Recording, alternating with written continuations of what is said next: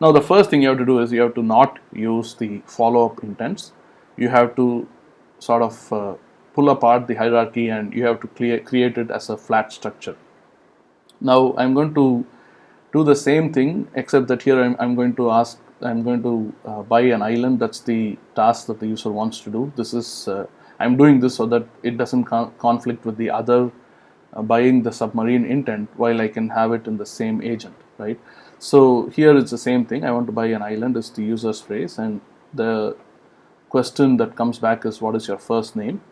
And oh, you can also notice that I have kept awaiting underscore first underscore name as the output context, and I've set the lifespan to be just 1.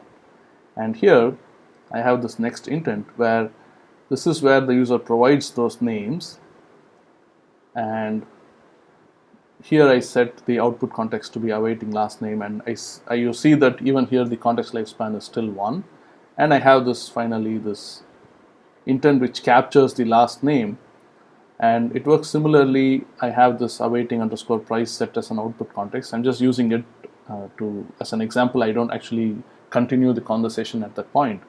So let's see what happens if I do the other intent. I want to buy an island.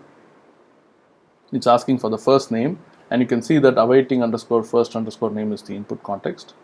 So I say Adam. It's coming back with what is your last name, and you can see that the context has now changed to awaiting underscore last name. And when I say Scott this time, you can see that the price range is it's triggered like the intent which we expect. It's asking for the price range, and it's captured the last name correctly. So here you can see that the agent is behaving as we expect.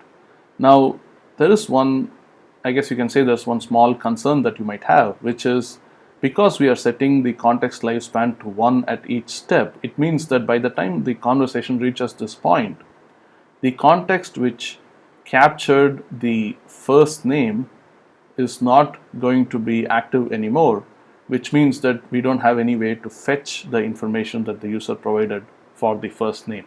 Now there are a couple of ways to handle it. The first one is you actually save it to a database straight away, which is probably not like the ideal way to do that.